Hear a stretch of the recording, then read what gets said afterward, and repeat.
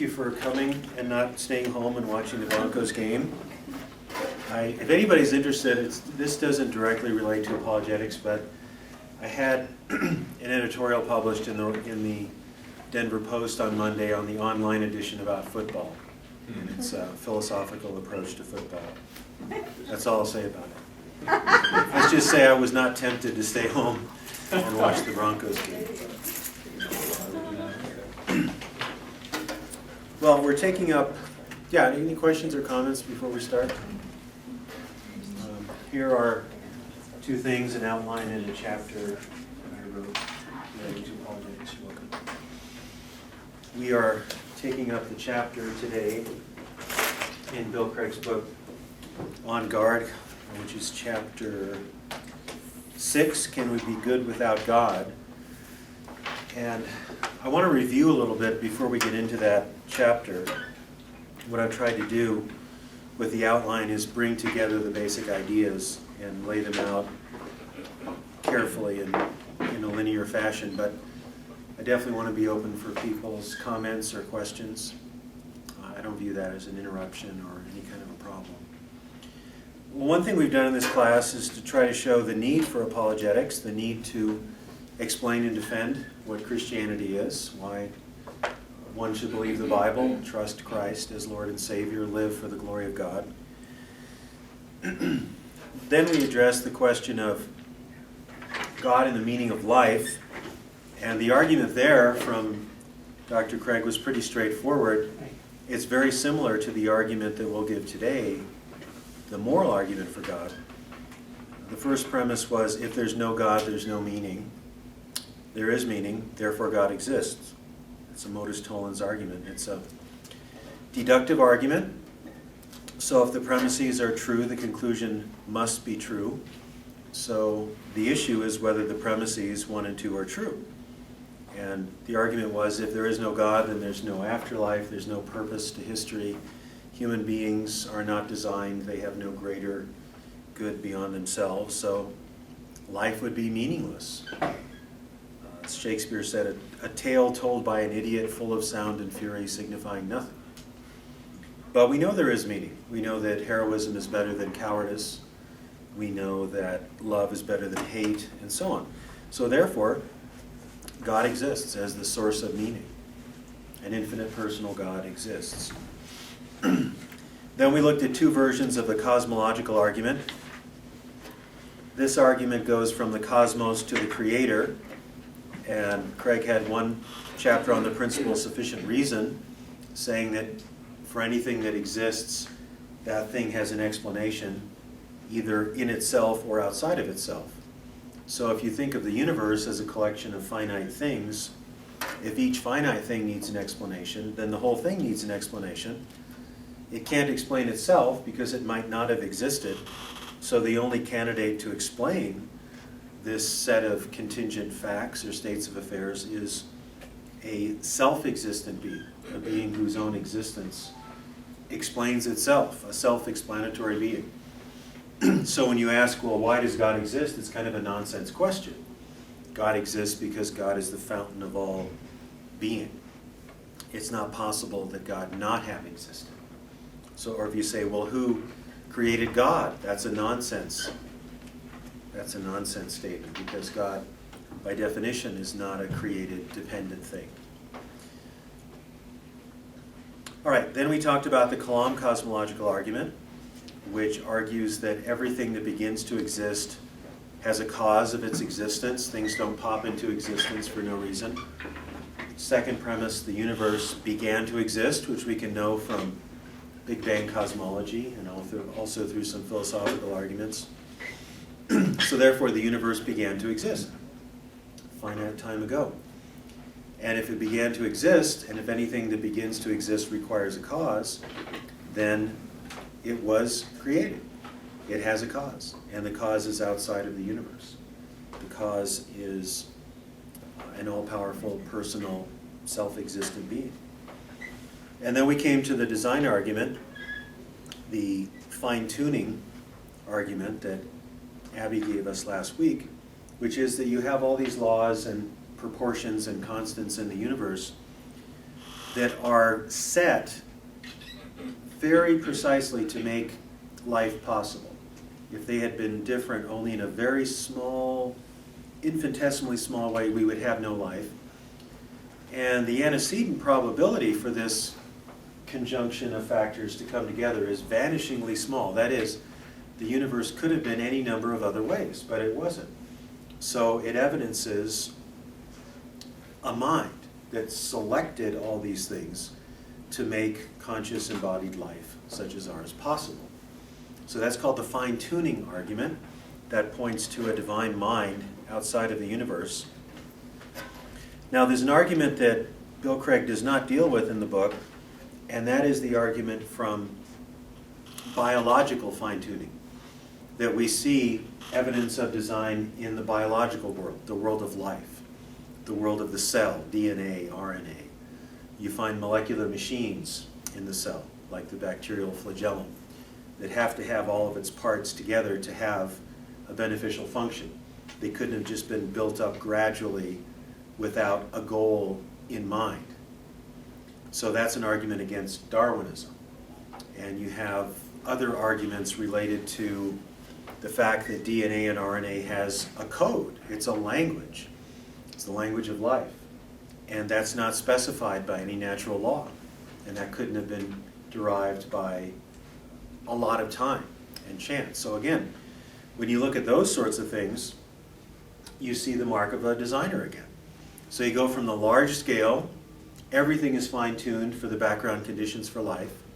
And then when you look at biology, you go from physics to biology, the organisms themselves cannot be explained on the basis of mere natural law and chance. There's a mind that specifies the function of these organisms. Now, I just summarized 50 pages of my book in 3 sentences or 4 sentences there. I wish that Bill had dealt with it, but honestly, in his career, he has never really attacked Darwinism. He did do a debate where he said that the intelligent design position is a legitimate perspective on science. He didn't even argue it was true. He just said it's legitimate to be considered next to Darwinism as an alternative to it. And he did a debate on that, which I would suggest you look at. He did an extremely good job against a Darwinian biologist who was very well respected, but really gave almost no arguments.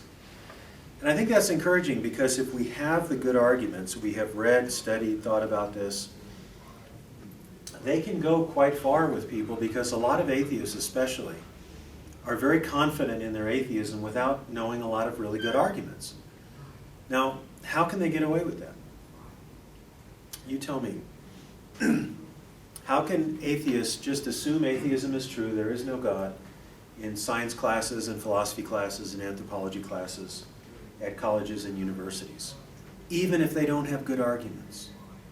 Well, one of the arguments that I've actually heard is, well, we don't have the science yet to justify how it's done, because kind of like Marxism, it just continues to evolve and evolve and evolve. So we don't know what we don't know yet, but eventually we will. Give us time. Yeah.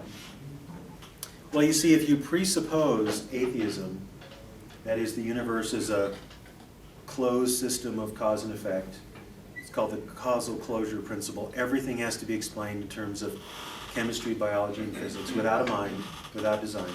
Then of course the only answer is, well, eventually we'll give a naturalistic explanation for the information in DNA, for the bacterial flagellum, for the fine-tuning, for the Big Bang without God. You know, just give us time. Now, that's actually a logical fallacy. It's called begging the question. It means you answer the question by saying, we will answer the question, but we haven't yet. It's actually kind of a version of begging the question, I guess. I call it the post-dated check fallacy. But you see, you laughed, and the younger people don't even know what a check is. I check in with, I investigate this with my classes sometimes, and they looked at me for a while, for a couple of years, and they weren't responding. And someone said, Dr. Groothuis, we don't write checks anymore. We have our little devices. But anyway, when you wrote checks, you could make a check out a month ahead of time so the funds would then be in the bank. That's what a post-dated check is. And this is what naturalism does anytime it's backed into a corner. And it has to admit it can't explain something. It says, well, give us time. We will explain it. So we don't have to consider your design explanation at all. And that's philosophical bad form. That's really pretty irrational. If there is a legitimate contender on offer, and it's not just something stupid, and an intelligent design explanation, either at the level of physics or biology, is not something stupid. It's something quite sophisticated. So if you're interested in the biological design argument, you could take a look at chapters 13 and 14 of my book, Christian Apologetics. Dr. Yeah. Kind of going along with that, are there Christian apologists that, I guess, will accept or flesh out like microevolution in terms of like an intelligent design? Well, let me step back a little bit and give the bigger picture. There are some Christian apologists who think that Darwinism is compatible with Christian theism. Somehow. Now, not naturalistic Darwinism, but we can accept the evidence for Darwinism as sufficient to say that all of life came from a common ancestor and it evolved through natural selection and chance mutation. Someone like Tim Keller teaches that. He wrote the book The Reason for God, very popular and bright thinker and writer, pastor in New York City. Alistair McGrath, who is a Christian apologist, also believes that. I don't believe that. Okay. Now, does microevolution occur? Yes. The average size of a finch beak will change over time given selective pressures in the environment. That's not an argument for the whole picture being evolved. You know, we went from one-celled organisms to finches to anything else after that. It simply shows a slight change in the average size of a finch beak over time. I mean, that's all it is, really. Mm-hmm. So somebody recently told me, he's a very good friend of mine, very bright guy, Gary Deweese, who gave a lecture here about a month ago, said that micro and macroevolution doesn't even make a lot of sense because there's debate as to what a species is. So microevolution is typically defined as slight change within a species, like a finch. And then macroevolution is going from one species to another. And Gary was saying there's so much debate in biology as to what a species is that you can't even use this term with any precision. But suffice it to say that you can find changes in organisms through a few generations, and that doesn't challenge intelligent design or there being a God in the slightest. Yeah, and that's kind of what I think, because I feel like a lot of atheists will say, well, you're just ignorant because you don't understand science enough to accept that evolution occurs on some level. Oh, yeah. Which, I mean, that's totally acceptable that macroevolution occurs. But Right. I feel like they don't understand that most Christian apologetics will say that, yes, that. Oh, sure. I guess Well, they it see just as seems like Darwinism as all or nothing. It's not Yeah. just like Right. Well, for example, natural selection does explain some things fairly well, like finch beak size. But even some of the arguments that are given to support what they call evolution in action don't work. There's a famous example of the peppered moth in England, where you had lighter colored peppered moths and darker colored peppered moths. And the claim was that the peppered moths tended to rest on tree trunks. And when pollution took over, most of the tree trunks were dark, and so the white or the lighter peppered moths were eaten by predators. So the dark peppered moths had a selective advantage over the light ones. This is kind of a race war, you know, in the insect world. So they said, well, this is evolution in action, because the proportion of the dark moths to the white moths changed in favor of the dark moths, right? And so this is evolution in action. Here's more proof of Darwinism. You ever heard this one? Yeah. It's called industrial melanism. But that doesn't really, that's not like jumping species. Or No. Even anything close. No, even if the experiment were sound, which it was not, it would only show a change in the proportion of light to dark. That's all it would show. Now what happened later was the proportion went back to where it was. And see, people think of evolution as just changing, and never going backward. It goes backward all the time, like the average size of a finch beak. Given selective pressures, it gets bigger, then the selective pressures change and it gets smaller. Wives would say husbands. Never mind. No, we're not going to correct that. That's social Darwinism. Yeah. So, another thing about, I have to move on, but the other thing about this moth illustration is that it was later found that the moths don't even tend to rest on tree trunks. And so what they did to doctor up the photos is pin moths on tree trunks to give an illustration of how evolution works. And these are in textbooks. The finchbeak and the moth are two examples of what Jonathan Wells calls icons of evolution. I call them idols of evolution. And they don't prove anything about Darwinism.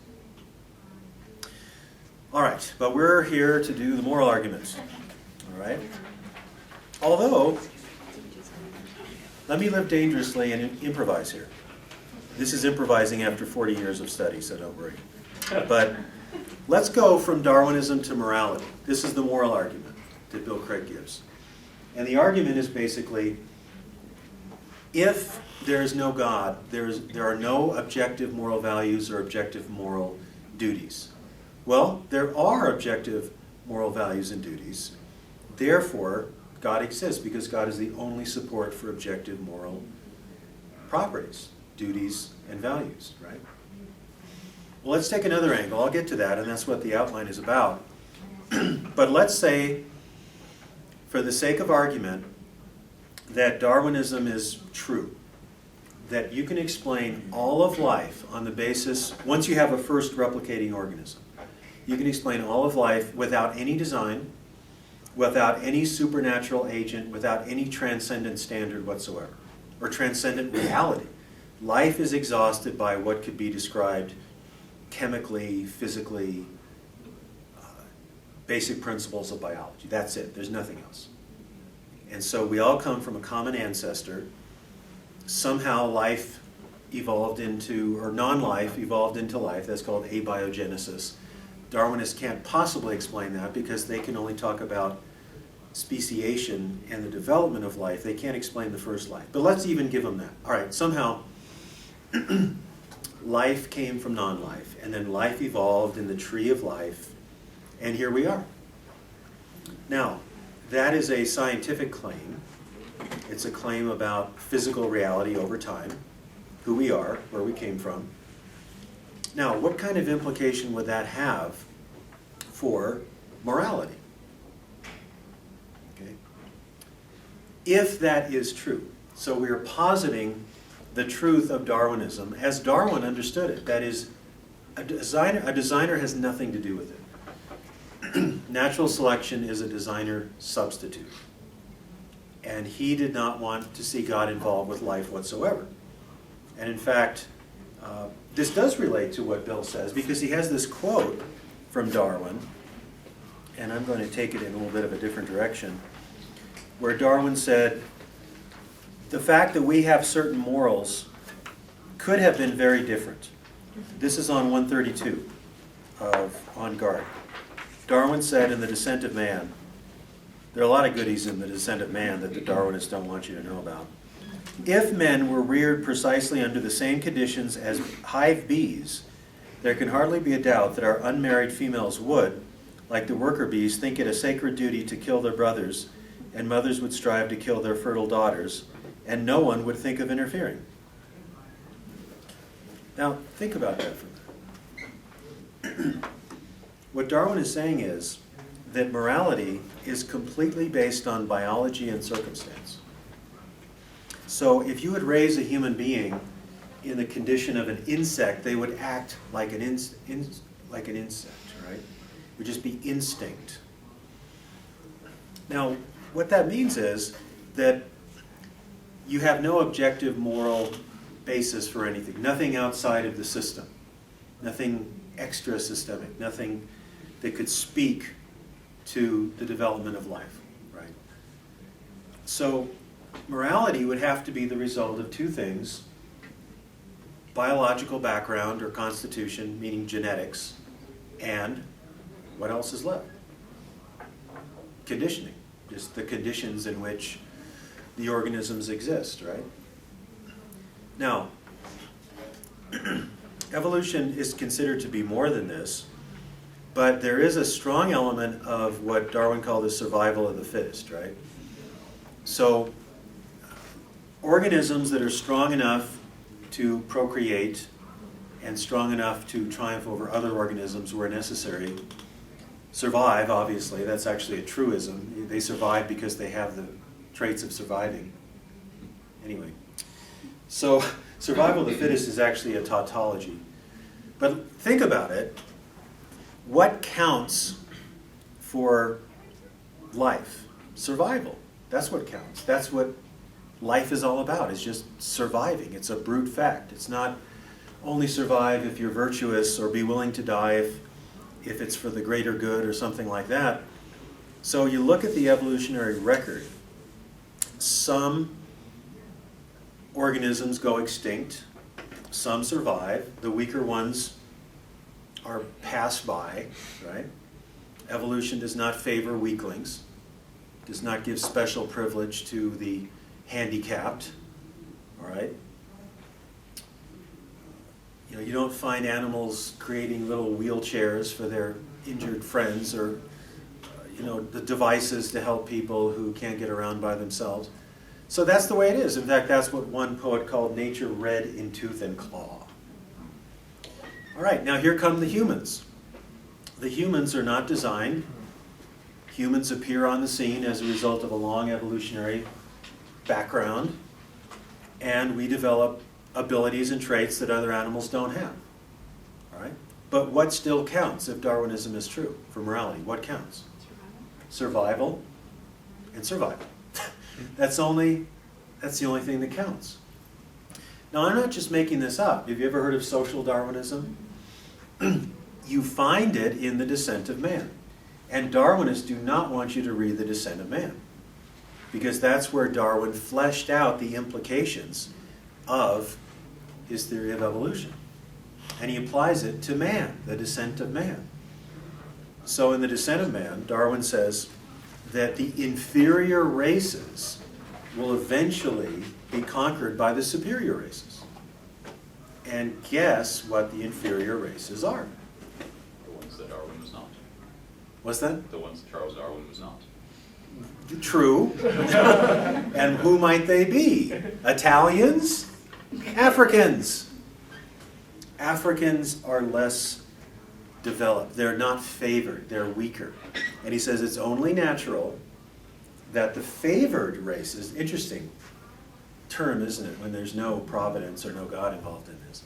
The favored races, by natural selection and unguided process, will eventually prevail over the weaker races. That's social Darwinism. Now the Darwinists want to say, oh, no. Darwin was just off on that, or maybe you've misunderstood him, but by any means don't read that. You know, read Origin of Species, don't read the later stuff. But do you see how it follows? If Darwinism explains human life, and all of life according to natural selection and mutation and maybe a few other things, no design, no purpose, humans are not made in the image and likeness of God, we're not special, then what counts? Surviving. That's it.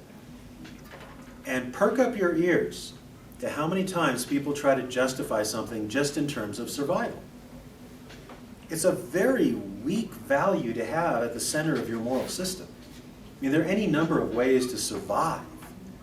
Be a gangster, be a gang leader, be a corrupt political leader. Any number of ways of just surviving. The issue is, what is the quality of your life? What is the moral bearing of your life? Not how long do you continue to suck oxygen. So when you make survival the only value, you just impoverish the whole moral landscape. There's really not much left. But if survival is all you care about, then something like eugenics follows, right? You know what eugenics is? It's trying to control procreation by doing quality assessment. This was done in the US in the early 1900s, and it was done in Germany by the Nazis. And interestingly, Hitler got his basic ideas from American eugenicists. And the idea was, well, it was all based on Darwin. There are no Christians coming up with this. Well, there are people that are not very fit. They're just going to get in the way. They're going to be a problem for us. So let's either kill them, although that wasn't done in the United States, or let's make sure that they don't procreate, so they're sterilized. Or let's not let them procreate. So the idea was, we want to have control over procreation, the gene pool, so that we will only reproduce the fittest people, right? Now, Nazism adapted this idea, or adopted it rather, and adapted it to the particular ideology. It was social Darwinism. In fact, a friend of mine who's a historian, an expert on 20th century, well, World War II German history, a guy named Richard Reckert, says that you can't understand Darwinism, or rather Nazism, without social Darwinism. It was a necessary part of the project to destroy inferior races, right? Destroy the Jews, and also Hitler started killing gypsies and the physically handicapped before he started systematically killing the Jews. It was eugenics. It was homicidal eugenics. It wasn't simply, we don't want these people to procreate, to propagate. We don't want them to live at all. We want to destroy them. So you cannot explain Darwinism, or rather Nazism, without Darwinism. So this is how the argument works here. If Darwinism is true, we can explain all of life on his principles. Then what follows from that? Social Darwinism.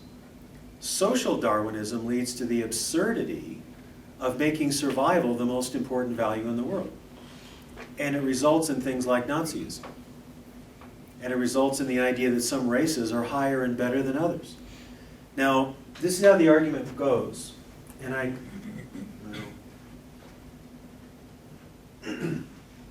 I gave a version of this once online, and the Darwinists just came out of the woodwork attacking me, but nobody had a good argument. So, think of it this way. Here's Darwinism, scientific Darwinism, and we're just going to, for the sake of argument, say that it's true. Okay. Now, if it is true, then it leads to social Darwinism, excuse me, which leads to things like Nazism. Now, Nazism had other components like certain bogus racial theories and economic problems, but social Darwinism was a necessary component of Nazism. Also throw in some Nietzsche and so on. But anyway. Now, if scientific Darwinism leads to social Darwinism, and that leads to things that are morally repugnant, that we know at a basic level are simply wrong, Bill Craig calls this moral experience. We know that genocide is wrong, and so on. Then what does that mean? It's called a reductio ad absurdum argument. You ever seen that phrase? What does that mean, a reductio ad absurdum? Reduce to the absurd. Right, reduce the absurd. So, we start out with a scientific theory that Darwin gave, and he rigorously argued for it. He said that origin of species was one long argument. Then we say, well, wait a minute, if that is a thorough account of what it means to be a human, there's no supernatural, no guidance, no moral principles above instinct and conditioning, and if we would have been thrown into an insect hotel, we would have ended up like insects. That was the quote I read, right? Well, that means scientific Darwinism leads to social Darwinism. The only thing that matters is survival. But social Darwin leads to the absurdities of justifying Nazism and racism. So, interestingly, I think this works. If this scientific theory is true, it leads to a moral absurdity. We know that this is morally absurd, therefore the scientific theory can't be true. Now the Darwinists go berserk on this one, as they do of any criticism of them. But they say, oh, Groothuis doesn't even understand evolutionary theory. He's not even dealing with the scientific evidence. Well, 50 pages of my book does. But they never show what's wrong with the argument. The argument is not saying that Darwinism has no arguments going for it. Of course it does. But you see, if anything entails an absurdity, then the first thing is not true. See, it's an entailment relationship. So if this scientific theory takes objective morality out of the universe, and if it does, the only thing that matters is brute survival, then that theory must be wrong if we know that life is more than brute survival. If we know that social Darwinism is morally flawed, and if it has as its necessary assumption scientific Darwinism, then we know that scientific Darwinism is false. That's a bonus. I didn't even have that on the outline. And in fact, I have not written it up adequately either. And it's not unique to me. Other people have argued it. John West has argued it with the Discovery Institute and so on. Okay, well, let's go to the argument from morality, the moral argument for God. Any questions about that? That was a long dilation on that. But yes? Not a question so much as a comment. Yeah. I'd also think on scientific Darwinism, it postulates that all of humanity has evolved from the very beginning, meaning even morality has evolved from nothing to something to something more, which seems to cast into doubt the idea that morality is objective, or seems to show that morality is continually evolving. Right. Therefore, making our experiential rejection of Nazism just unintelligible. Yeah. Because morality could change in the future, so maybe we would accept Nazism. Yeah. So You really have no place to stand with this worldview. You have no place from which to make a justified judgment about moral states of affairs, because it always goes back to survival. And that's really such a puny idea when you're thinking about morality. Yeah, generally speaking, it's good to survive, but survive in what condition? Survive as what kind of a person? And is there anything worth dying for? Yes? So just to clarify what he was saying, with this theory, possibly morality evolved with us, you're saying if that's absurdity because there has to be somewhere that morality came from, or else according to Darwin, it's all about survival, so our concept of morality doesn't fit with survival.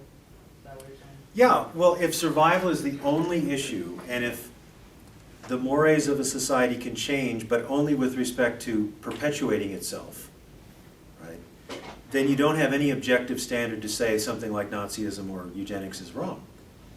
But most of us, including most Darwinists, scientific Darwinists, will say, no, it is wrong.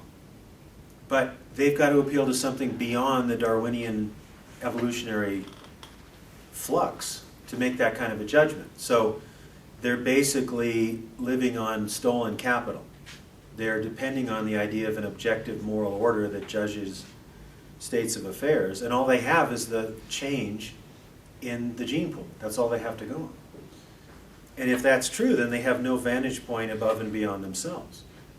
So Darwin can come up with this bizarre thought experiment that if humans were raised like hive bees, they would act like hive bees because that would be their pattern of reproduction. There's nothing intrinsic to being a human, which means we shouldn't kill or we shouldn't steal. And that's a biblical view. We're made in the image and likeness of God, and some things fit our nature and fit our environment, and some things don't. But that's not Darwinism. It's not, there's no sense of telos and purpose. It's simply organisms show up, they procreate, they diversify, that's it. And that's all you have to draw on for morality. You really don't have much of a morality left at all. It's all contingent on biology and circumstance. That help a little bit? Yeah. Yes? Kind of along with that, if it's all about survival, then in order to survive, it's best to accept, I guess, morals. Like, it's, you know, you're going to survive if you're not like a mass murderer. Like, if you're a moral person, then that's like the ultimate, I guess. Well, that's kind of heard you say social contract. Some people want to say that there are no objective moral standards, but if you want to survive and actually have the kind of life that you desire, then you have to submit to these common values. But that doesn't explain the common values. I mean, obviously that's getting back to the whole, like, well, what explains the common values? Well, right, that was C.S. Lewis's critique in Mere Christianity. He said that this contractarian view of morality still assumes that it's better to get along with people than not to. So it really doesn't explain the basis for the actions. I wish I had that quote with me or I had memorized it, but that's what a lot of Darwinists want to do. They'll say, well, you don't just go out and do anything to survive. You have to set up rules, and sometimes one member of a community will sacrifice for the greater community, so it's the greater community that survives, not the individual. But I don't think that really works, because you still have some fundamental moral value that evolution cannot give you. And then this idea of, will some die for the survival of the whole? Do they know they're doing that? Is that morally obligatory for them? Why not just go rogue, you know? Say, I want to survive and I want to perpetuate my gene pool, darn it. I want my kids and grandkids to live, and I don't really care about the other folks, except in as much as they support me. So I don't see what stops Darwinists from being very egotistical or egoists. You just perpetuate your own projects and your own progeny. So the bottom line is basically, negatively, we'll say, well, if atheism, then something like Darwinism has to be true. And if Darwinism is true, it really dissolves the basis for morality. But if we're thinking and feeling properly at all, we realize that some things have to be condemned and some things have to be praised. And it doesn't really matter what the biology is. It doesn't really matter what point in history it is. Things like torture and rape are wrong, period. It doesn't matter if they were accepted by most people. And this is what I do in my classes at Metro when I teach Intro to Ethics or Intro to Philosophy. I use the example, I think I might have mentioned this in class, of female genital mutilation. And I say, you know, this is common in a lot of countries in the world, and some countries like Ethiopia, over 90% of women have this done to them. And they consent to it, and the culture consents to it, and in some cases the religions consent to it. But don't you think it's wrong? And the students will say, yeah, it is wrong. And they'll say, why is it wrong? They won't know what to say. I say, well, the women don't want it. And I say, no, the women do want it because their culture told them that they should have this procedure. And the only thing that's left to say that it's wrong is something outside of the culture, which is God. So they're stunned, you know. I said, well, why is it wrong? Everybody thinks it's wrong. Well, it's this. No, it can't be that because that's still part of the culture. Right? If the culture and biology determines it, there's no higher court of appeal. So last time I taught Intro to Ethics, I gave that, and they kept trying to come up with reasons why it was wrong. And I said, what about this? God. What if God says it's wrong because God didn't create us for that kind of mutilation? And you just hope it kind of sinks in after a while. He kind of brings up some of that kind of similar in the book. And what about the argument that, well, within that culture, it's right, it's not wrong? Well, but you see, you're getting people in the U.S. to say, if they're thinking right, they say, well, I wouldn't want it here, and I don't think it's right there either. Now, if they go completely relativist and they say, well, it's not right here, but it is right there, all right, that's another problem. Then you have to say, how do you know it's right there? I mean, it's still human beings with the same body parts and so on. I mean, why would it be right there and not right here? So you could go with that. But my students typically say, no, that culture's wrong. You take something really visceral, very violent, very horrible, which pricks people's moral imagination, basically. It gets them back in the moral world, as opposed to, yeah, everything's relative, do what you like, all that. Well, let me go on and deal more with the positive argument. This is a moral argument for God. And the argument has to do with the basis for knowing good and evil and then doing what's good. The argument, as Bill puts it, is if God does not exist, objective, not merely subjective, moral values and duties do not exist. Okay? If no God, then no objective moral values and duties. A value is something considered good or bad. It has to do with worth, such as humans are more valuable than snails. Duty has to do with right and wrong. So do we have a duty to take care of our neighbors, love our neighbors? Okay. That has to do with obligation. The second premise is objective moral values and duties do exist. Therefore, God exists. In other words, God is the only justification for the existence of objective moral value and duty. Now let me talk a minute about this argument, the form of the argument, because Bill Craig doesn't go into that too much. First of all, this argument has a deductive form. Now, what is a deductive argument? All my students know it, and I could call on them at any point. But my seminary students, I mean, you're all my students, I guess. So if both the two premises are true, then the conclusion must be true? Exactly. It's not a matter of probability or likelihood. If 1 and 2 are true, then the conclusion, number 3, has to be true, as opposed to an inductive argument. Okay? Now, it's also a particular form of deductive reasoning called modus tollens, or denying the consequent. So look at the argument again. If God does not exist, that part of it is called the antecedent, that which comes before the comma. It's called the antecedent. So, if God does not exist, and I should have put it then objective moral values and duties do not exist. What comes after the comma is called the consequent. Okay? So you have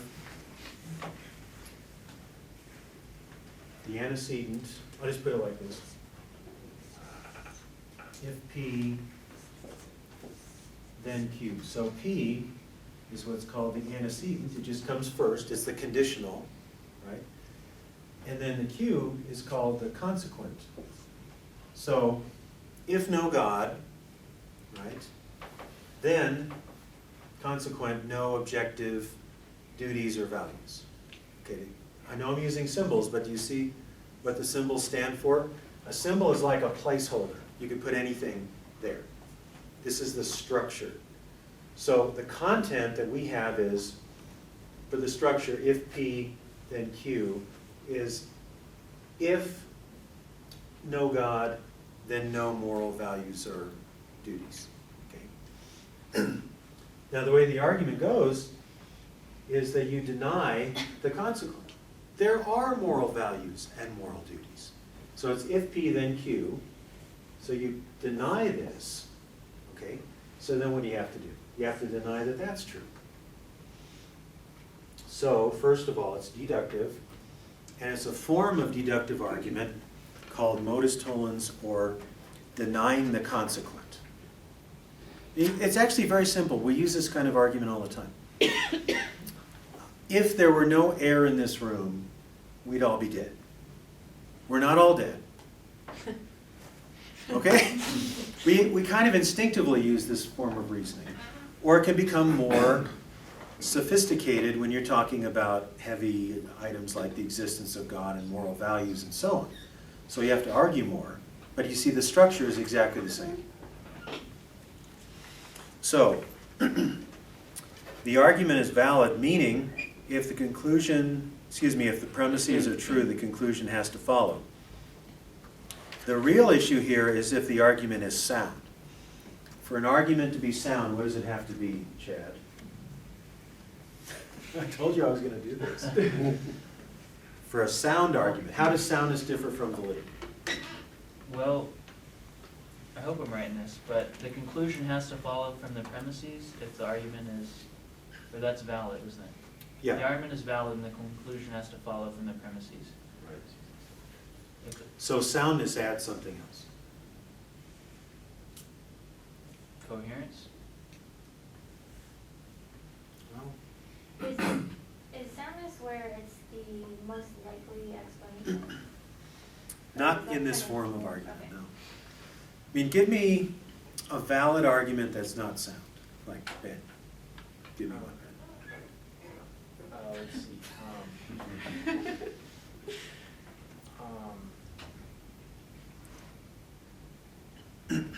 Or Robert. Trying to think of a syllogism. Yeah, think of a silly syllogism. If it were daytime, Go ahead. if it were daytime, the sun would be up. The sun is up, therefore it's daytime. No, that's, if the sun were up, it would be daytime. The sun is up, therefore it's daytime. It's valid, but it's unsound. Say it again. If the sun were up, it would be daytime. The sun is up, therefore it is daytime. Well, that's just modus ponens. Right, but it's unsound. Is it because one of the premises is false? What do you mean by the sun up? The general, Sunrise? well, the sun being within our sphere of view such that its And- light is interacting with our Yeah, geographic but then it is, area. then it is sunny though. I don't see that it's unsound. I must be missing something. The sun's not up. It's nighttime right You mean now. right now? Yes, But it was a conditional. right. But the sun is not up right now, given our current perspective. So it is false that the sun is up. It is therefore also false that it Yeah. is daytime. Okay. Well, you see, you didn't specify the time reference. So I was just taking it as an abstract concept. Okay. Watch out for those indexical references there, Yes. young man. All right, let me give you a classical. Here's a syllogism that is sound and valid. It's the classic one. All men are mortal. What's the second premise? Mortal men die. No, that's a tautology. That's a tautology. We're going to get this logic right if it kills us. All right, what's the classic? Socrates is immortal. Socrates is a man. Come on, Chad. All men are mortal. Socrates is a man, therefore what? He's immortal. Socrates is mortal. Okay? That's sound because the premises lead to the conclusion, or it's valid. It's also sound because the premises are true. So you can have an argument that is valid but not sound. All men have blue skin. Robert is a man, therefore Robert has blue skin. It's valid. You see what I mean? Yep. If you grant the truth of the premises, it follows. But all men are not blue, except for the blue man group. So they're the only ones that are blue, I guess. All right. Now, back to this argument. It is valid. The question is whether or not it's sound, meaning what? Are the premises true? So let's look at premise 1, which says, if there is no God, we would not have any objective values or duties. And Bill Craig refers to Darwin there. We've already talked about that. If there's no God, no designer, no lawgiver, no judge of the universe, what is the basis for saying that some things are more valuable than other things? Or that we have a duty to care for our neighbor? Or we have a duty to care for the environment? There doesn't seem to be an adequate source to justify those kinds of claims. All you could say basically is that things exist and we want to survive, and so let's maximize survival for our particular group or our particular person. So you wouldn't have the ability to ground objective values or duties. Okay? You wouldn't have obligations, you wouldn't have values or virtues, you would only have urges and conditioning. But we have examples where we know that we should not be cruel to people gratuitously, right? We know that some things are more valuable than other things. On a very basic level, I think people know that human beings have more values than insects. Now, it's an insult to call some human an insect, right? Would you ever call an insect a human, even if that insect was a mosquito about to bite you? I don't think so. Now, the PETA people think that all life has equal value. People for the Ethical Treatment of Animals. And in fact, they sometimes go so far as to say that non-human animals have more value than humans, because non-human animals don't botch up the environment as much as humans do. But I want to put them to the test and say, let's say they're driving down the street and they face a situation where they either have to swerve one way and hit their daughter or swerve the other way and hit a skunk. Is it really going to be arbitrary? I don't think so. They're going to hit the skunk. They really don't think that the skunk has equal value or greater value than the daughter. So the way the argument works here is, if no God, no objective morality. Well, there is objective morality. We simply know this by attending to our conscience. Now, we may have great disagreements, but that doesn't cancel out the argument. Because disagreement over morality doesn't mean there's no objective morality. It simply means there's some dispute over what it is. And there's some clear cases that I've tried to point out where almost everyone will say that something is objectively right or wrong. But even if you don't have complete agreement, that doesn't mean that there are no objective values. I mean, Sarah Geis was telling me that in her class at Community College of Aurora, she was having difficulty showing the students that something could be objectively true in morality even if people disagreed with it. Their idea was, well, everyone has to agree with something for it to be objectively true. See how bizarre that is, that kind of thinking? That's subjective by definition, isn't it? That it's only true if we say it's Yeah, true. right. So it's only somehow objective if everybody subjectively agrees with it. Yeah. That's actually called intersubjectivity, and it's not the same as objectivity. But for goodness sake, we can be wrong about so many things. Why think that you have to have universal agreement on morality for there to be objective moral truth? It doesn't follow. I mean, all you have to do is find a Ted Bundy as the spoiler, right? Most everyone says that torturing and raping and killing women for your own pleasure is wrong. Well, Ted Bundy didn't think so. Well, I guess it's not wrong then. Oh my goodness. Let's hope you don't live close to me. All right, here's another objection. But atheists can be good people without believing in God. That is, atheists can know moral truths without believing in God. And Craig quotes a philosopher by the name of Kurtz, Paul Kurtz, to that effect. Now you tell me, what is wrong with that objection? We're trying to say that without God, you don't have morality, but we do have morality. Okay? We need God for morality, basically, is what we're saying. And Paul Kurtz says, wait a minute, people can be atheists and still be good people. That is, they can know morality and they can live it out to some extent. Yes? Well, it's to confuse moral ontology with moral epistemology. So it's to confuse this idea that moral values and duties actually exist with the idea of how people know they exist. So to give an example, if all people are made in God's image, including atheists, then atheists have moral knowledge and an awareness of right and wrong, even if they don't believe in God. And so they, by being made in God's image, they can still know what right and wrong is, but it has nothing to do with whether or not they believe in God. Nothing to do with the actual existence of objective moral values and duties. Yeah, the argument is not you have to believe in God to know anything about morality, or you have to believe in God to obey certain basic moral precepts. That's not the argument. The argument is there can't be goodness without God. There could be atheists who recognize goodness. That's fine. That fits the argument just fine. So it's a confusion. It's basically a red herring. It's irrelevant.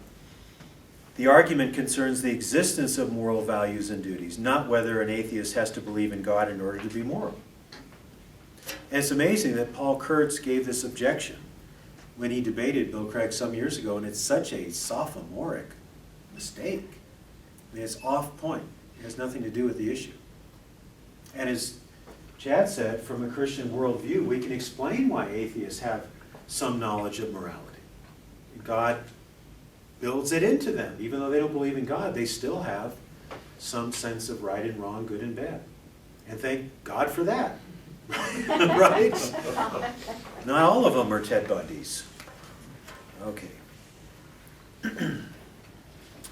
Okay, let me go to a couple more objections. And one final thing. There's an objection that atheists give at this point and say, well, you say that only God can be the grounding for good and evil, right and wrong, but that doesn't work because there's this dilemma problem. And if you look at page 3, number 2, this is a dilemma. God either makes something good or recognizes something is good or right. But if God makes something good, then it's arbitrary. So on this view, if God is all-powerful and God determines morality, then God could make female genital mutilation good, or God could make torture good, because he could do anything. And that's not a conclusion most people will accept. Although actually Muslims pretty much accept it, but we'll leave them to the side. We're talking about Christianity right now, okay? The Christian God, the real God. Well, if he can make anything good, then goodness becomes arbitrary, and that's not an adequate explanation. But if he recognizes something as good apart from his own will, then God is not needed as the basis for morality. God just simply knows a lot more than we do, so he knows that torture is wrong, and he knows that rape is wrong. But he's not the basis of it, right? So this is the dichotomy argument, or the dilemma. Well, God can't make something good or right. That would make it arbitrary. And if God just recognizes something as good or right, then he has nothing to do with it, right? So either way, God is irrelevant to ground or to support morality. Okay. Do you see how that argument works? You're saying, if you believe this, it has to be this or this. Can't be this and it can't be that. Therefore, you don't believe that. Now, what do you do when you're given a dilemma argument? See if it's a real dichotomy or not. Yeah, see if it's a real dichotomy. See if it's a real dilemma. So, to make it really simple, what if I say, well, we have an election coming up, and you have to vote. Your only choices are Democrat or Republican. Now, I don't mean prudentially. I just mean the only options on the ballot are going to be Republican and Democrat. I see some smug looks, but somebody tell me what's wrong with that. There's other There are other parties, okay? The Green Party, the Libertarian Party, the Kenny G Party. I mean, there are all kinds of things. Now, obviously, there's another choice. So what is the other choice with respect to God and morality that escapes between the horns of a dilemma? God is good. Yeah, God is goodness. So God's commands and God's evaluations are based on the perfection of his own nature. He's not going to change his mind tomorrow. He's not going to arbitrarily decree or command something. It's really that simple. It's not based on his will apart from his nature. His will is, of course, perfectly associated with his nature. Yeah. So if we come up against this argument from somebody else and they said, well, how do you know God is good? Is that when we start pointing to biblical references? Well, see, this argument depends on a biblical view of God, that God is totally good, and God is personal, and God is all-powerful. That's the concept of good we're working with. But it's working at a pretty high level of abstraction. What is the basis for goodness? Well, it would have to be this kind of a being. Then you look at the Bible, and you go to other issues like what has God said, what has God done according to the Bible. And at that point, a lot of the unbelievers will say, well, it couldn't be that God, because that God commands genocide, and that God supports slavery and all the rest of it. But that's actually a secondary issue. You don't have to solve that issue to make this argument. You simply specify the argument to a being that is all good and all powerful and all knowing and self-existent and so on. Now, of course, that is the God of the Bible, but that's the kind of metaphysical skeleton of the God of the Bible, or the foundation. God's also a God of history, so he speaks into history, and he acts, and he commands people, right? So then if people say, well, what about this in the Old Testament, and what about this? Then you have to deal with particular questions. But at this stage, you don't have to, because you're not arguing for everything the God of the Bible says. You're arguing for monotheism, not Islamic. You're dealing with Judeo-Christian monotheism, but you're not specifying everything that God has revealed about himself morally in the Bible.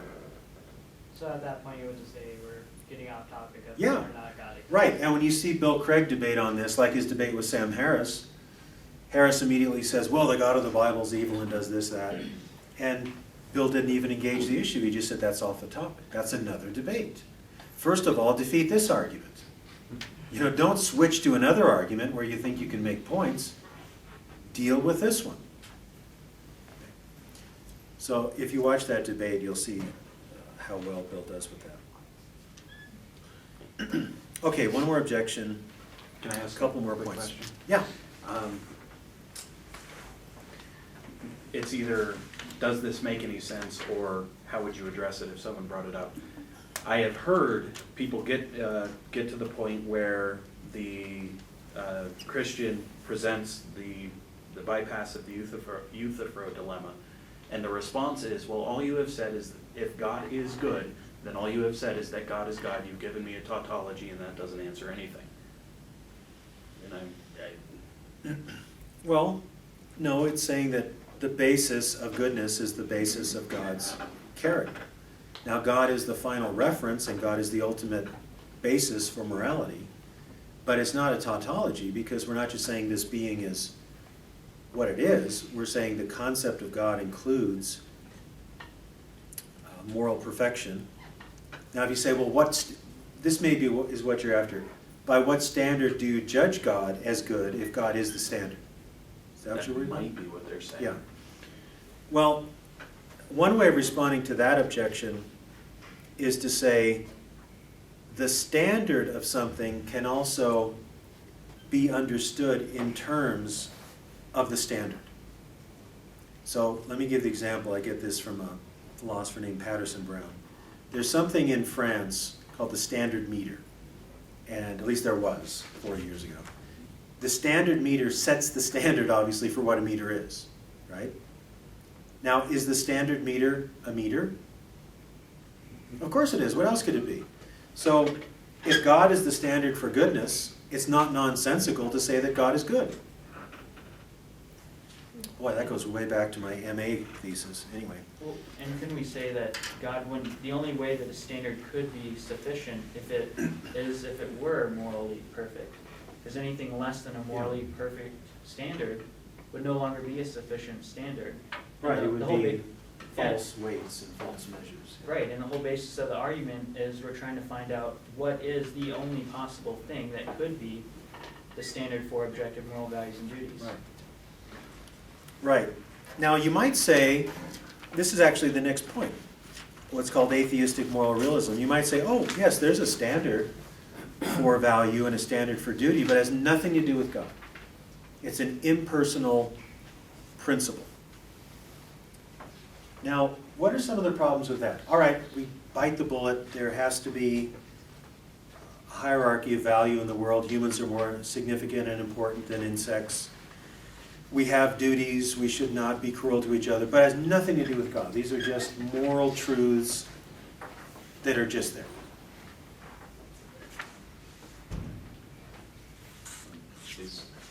Isn't it valid to say that to declare something wrong is to declare that it conflicts with something else, that we're comparing it to a standard? Therefore, there must be a standard that's transcendent and outside of the thing you're comparing it to, otherwise you can't compare it. Right. Well, they say that there are moral standards, they're just not based in God. But to say that something is moral is to say that it's right or wrong, which is to say there's a comparison. Is that? Yeah, there is a comparison. See, what the atheistic moral realists are saying is that here's the universe, the space-time material universe, and then somehow within that universe or outside of it are non-natural states, values, right? But they have nothing to do with God. They're just there. And somehow we know what they are, at least partially know them, or sometimes we know them. But you don't have to have God to support the idea that humans are better than insects, or that we have an obligation not to be cruel to each other. These are just facts. It's just the way things are. So, it's atheistic, no God. It's realist as opposed to relativist. See, a lot of atheists are relativists. Anything goes. Or the Darwinists, right? They base it all on conditioning and biology. But there are some atheists, and I know a few of them. Bradley Monton at CU Boulder, Michael Tooley, CU Boulder. They are atheistic moral realists. So Bill does talk about some of the problems with this view. And maybe we could just finish up on that. What are some of the problems here? They're not relativists, so they're on the right side on that one. Where do they come from? Well, right, where do they come from? Or what is their place? They're just values, and they have to be true. But when you think of something like moral obligation, can you be obligated to an impersonal statement? When we think about obligation and duty and so on, we think about interactions with other people. Like parents have duties to children, and children have duties to parents, and we have some duties to the state, which is a collection of individuals and ideas and so on. So to make something like duty impersonal, have a basis on something that's impersonal, is troublesome. And moreover, the whole worldview is strange because the atheists say that everything is material. They have the causal closure principle. You can't have anything outside the system to explain anything in the system. But then they say that there are these immaterial, right, non-physical things, values, that somehow just exist in an atheistic world. They're not in the mind of God. We were not created to know them. So this is another problem that Bill Craig points out. You supposedly have these objective values and duties. But none of this, nothing in the universe has been designed to work in harmony with these values. Human beings were not designed to know these things or to put them into practice. It's just a grand accident. So you have these values that have always been there, and then you have a universe that came into, oh, these things are getting ridiculous, aren't they? When I start doodling, anything can happen. All right, let's start over. You have objective values, all right, but no God. Now you have the universe. The universe begins for no reason, out of nothing, right? This is the atheist story.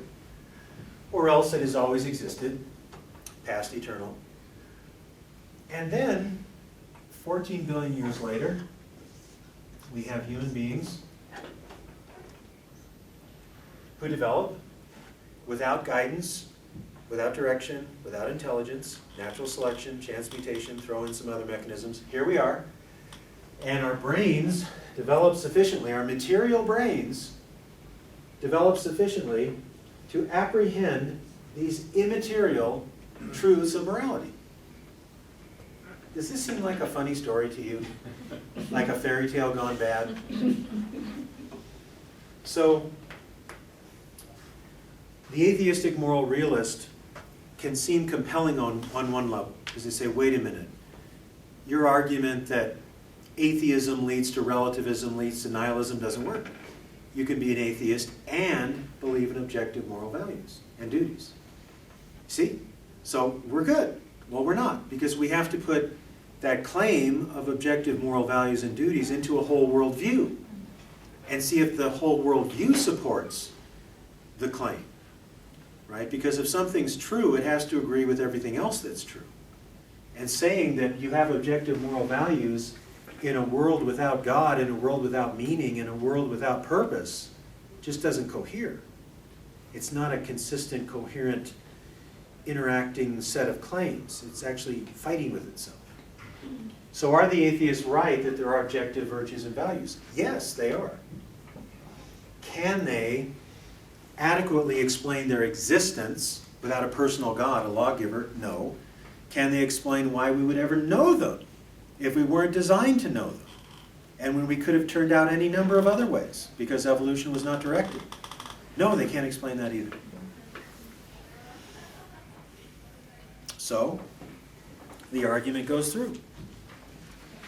We have experiences and judgments of real objective value and duty, and this can only be supported by the existence of an infinite personal God. So go back to page 2. Point 2, letter B. If God does not exist, then objective, not merely subjective, moral values and duties do not exist. Okay, we explain what a value is and what a duty is. Second premise, objective moral values and duties do exist, therefore God exists. In other words, God is the only justification for the existence of objective value and duty. I take that argument to be valid, meaning the premises lead to the conclusion, and sound. The premises are true and lead to the conclusion, therefore the conclusion is true. And that is a deductive argument. So, if anyone's going to dispute this argument, they have to show that the premises don't lead to the conclusion deductively, and they do. It's a modus tollens argument, darn it.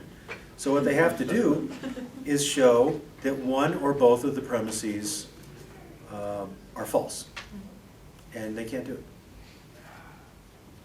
So I think we have a very strong argument for the existence of a moral, perfectly moral God. Now, what else do we need to know about God? Quite a bit. We need to know what he has done in history, is there a plan of salvation, and so on. But this argument is not meant to give us everything in the Bible. Apologetics builds up over various arguments. So someone might say, wow, that's a pretty compelling argument, but maybe it's the God of Islam, or maybe it's the God of Judaism and not Christianity. Well, this argument, I think, actually will disqualify Islam, but it won't disqualify Judaism, and it won't actually disqualify maybe some form of deism, that there is a God, but God is not that involved in the world. So you don't do everything needed to establish Christianity in 1 or 2 or 3 or even 4 arguments, but you're building a case. Okay. All right. You have 1 minute left. So someone say something brilliant, or else I'll have to. No, any other comments, concerns, questions? Yes? Could you briefly explain humanism? Yeah, I didn't talk about that part of the chapter. Some atheists will say, we don't need God to justify what a good life is or to live a good life. We'll just emphasize things like kindness and social order and enjoying the good things in life, the humanities and so on. You know, we just take those things to be valuable. And what Bill Craig says is that's just stopping at an arbitrary place, because those kind of values have to be supported by something outside of themselves. What you really end up with is social Darwinism, not humanism. So to say, well, we like these sorts of things. We like humanism, celebrating the human, trying to better the human condition. That's good enough for us. We can do that and also be atheists. Well, you just don't have the warrant to do that within your worldview. I mean, why not simply be a ruthless Darwinian agent? Why worry about other people's well-being unless it serves you? So essentially, you're taking things that are good, human beings, and privileging them in your worldview. You have no basis to do that as an atheist. Because Darwinian evolution is not meant to go from the less valuable to the more valuable. It's just from the less developed to the more developed. It's not really a value orientation at all, except, well, we all want to survive. And that's about all we have. Does that help? I didn't talk about humanism per se, but it's another place where the atheists are trying to find value where there isn't any. And they're actually stealing the justification from Christianity. Because we believe, we know actually, that we're made in the image and likeness of God. Therefore, humans have a special standing in the world. So we have a basis for what you could call Christian humanism. Better the human condition, appreciate what humans do, their art, their poetry, their writing, and so on. The atheists don't have any basis for that, except that they know, even apart from not believing in God, that some things are better than other things. But they don't have a basis to do that. So they're living off of what sometimes people call borrowed capital, or I call stolen capital. And they can't do it. So we have to say, all right, you're believing something that's true, and you're doing that because you're made in God's image and likeness. But what is your basis for it? What is your justification for having this value? And then they'll really start to spin. And then you can say, well, Christianity provides an adequate justification and basis for this valuing of humanity. But your worldview actually doesn't. You know, go back to the old Kansas song 40 years ago. You're just dust in the wind. Okay. Well, we covered a lot of ground, and I hope you were conscious through the walk through all the ground. I hope so. I have things down here in pretty careful order. I didn't get to everything in the book, but we dealt with just about everything. And next week, I'm not sure who's on next week. Me. Ben, you are doing Suffering, the Problem of Evil. Good. Ben Crenshaw. All right, folks, thank you very much. Bye, Eugene. Put truth, knowledge, and virtue over football. I appreciate that. It's always the right choice.